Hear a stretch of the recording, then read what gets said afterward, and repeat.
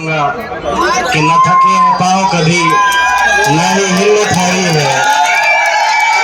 न थके हैं पाँव कभी, न ही हिम्मत हारी है। मैंने देखे हैं कई दौर और आज भी सफर जारी है।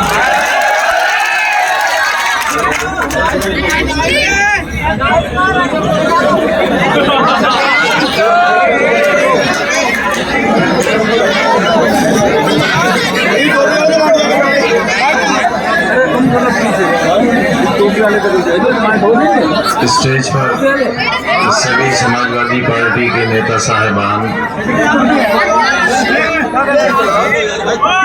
स्वाल टांडा क्षेत्र की उम्मीदवार समाजवादी पार्टी से अनुराधा साहिबा,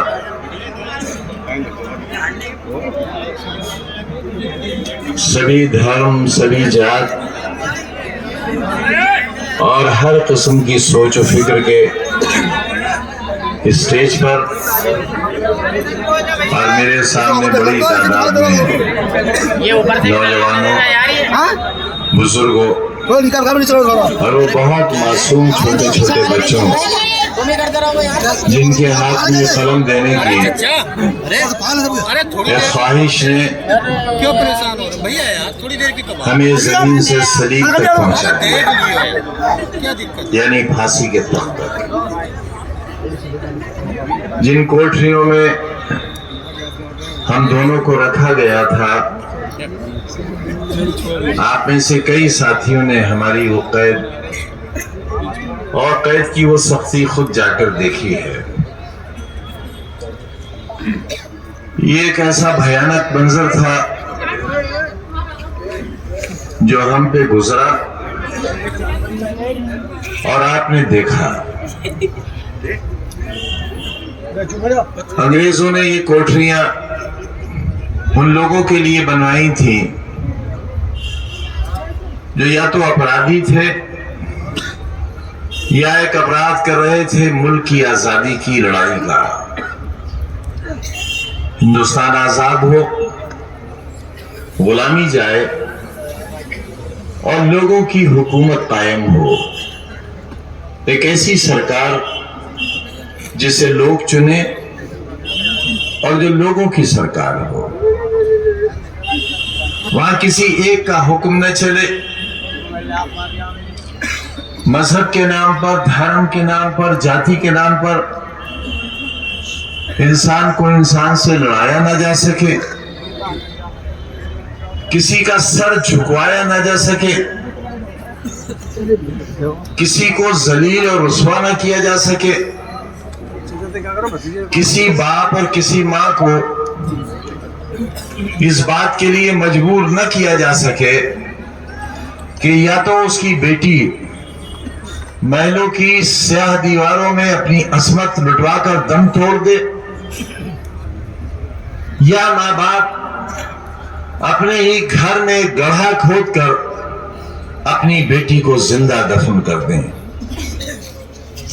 ये एक वैचारिक और उसूली नजरियाती लड़ाई थी। स्वार के मैदान और हमारे ये तमाम साथी जिनकी उम्रें उस वक्त इतनी ही होंगी जितनी आपकी है, इनके चेहरे और सर पर कोई बाल सफेद नहीं था। ये सब काले बालों वाले नौजवान थे और यहां कोई हक की बात कहने की हिम्मत नहीं कर सकता था। ये स्वार का बाजार, रिसालत खां का कत्ल हुआ, खून बहता रहा लाश से और किसी की हिम्मत नहीं थी कि लाश को उठा ले। एक ऐसा दर्दनाक कत्ल और एक ऐसे जाबाज और बहादुर का कत्ल जो महलों से टकराया था। महलों ने दिखाया कि अंजाम ये होता है हमसे टकराने का। उस वक्त भी हमने स्वार में आकर हक की आवाज बुलंद की थी, जब हमारे हाथ बिल्कुल खाली थे, दामन भी खाली था। और उसी वक्त किले के मैदान में और हामिद मंजिल के सामने वाली सड़क पर हकीम राज किशोर की लाश पड़ी हुई थी और कुत्ते उसका खून चाट रहे थे और रपट लिखने वाला कोई नहीं था, क्योंकि खता यह थी कि महिलाओं के जुल्म के खिलाफ वो भी लड़े थे जिस तरह रिसालत खान लड़े थे। यह है तुम्हारा कल का सवाल। तुम्हारे ऊपर हुए उस जुल्म को और तुम्हारे छीने हुए हक के खिलाफ सूखा पड़ गया। लगान देने का पैसा नहीं था तुम्हारे अजदाद के पास, तुम्हारे दादा के पास, तुम्हारे नाना के पास, तुम्हारे खालू और फूफा के पास और तुम्हारे सगे बड़े भाई के पास। लेकिन हुक्म था कि अनाज लेकर पहुंचना है और किसान अनाज लेकर पहुंचा था। गोली चली थी और अनाज खून में रंग गया था, लेकिन वो अनाज किसान को नहीं मिला। वो अनाज भी तुमसे छीन लिया गया और तुम्हें मिली सिर्फ तुम्हारे घरों की और तुम्हारे बुजुर्गों की लाशें। उनसे लड़े हैं हम। एक तारीख लिखी है हमने, एक ऐसा इतिहास लिखा है जिसे सिक्के खरीद नहीं सकते। जात और बरादरी के नाम पर हमारी स्याह रातों का दाम नहीं लगाया जा सकता।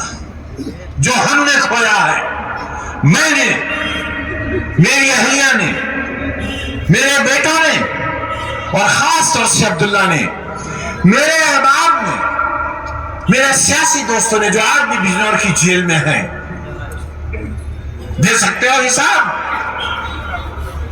एक रात के आंसुओं का हिसाब दे सकते हो आप? बराबर में फांसी घर और हम फांसी की कोठरियों में।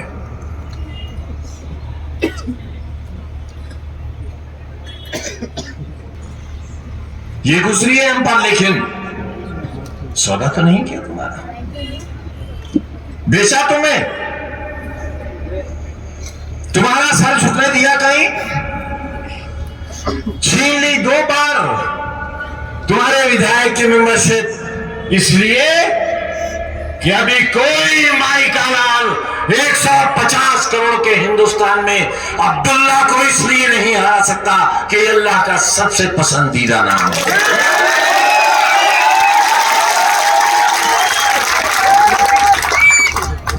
अरे मुल्क के बांटने वालों,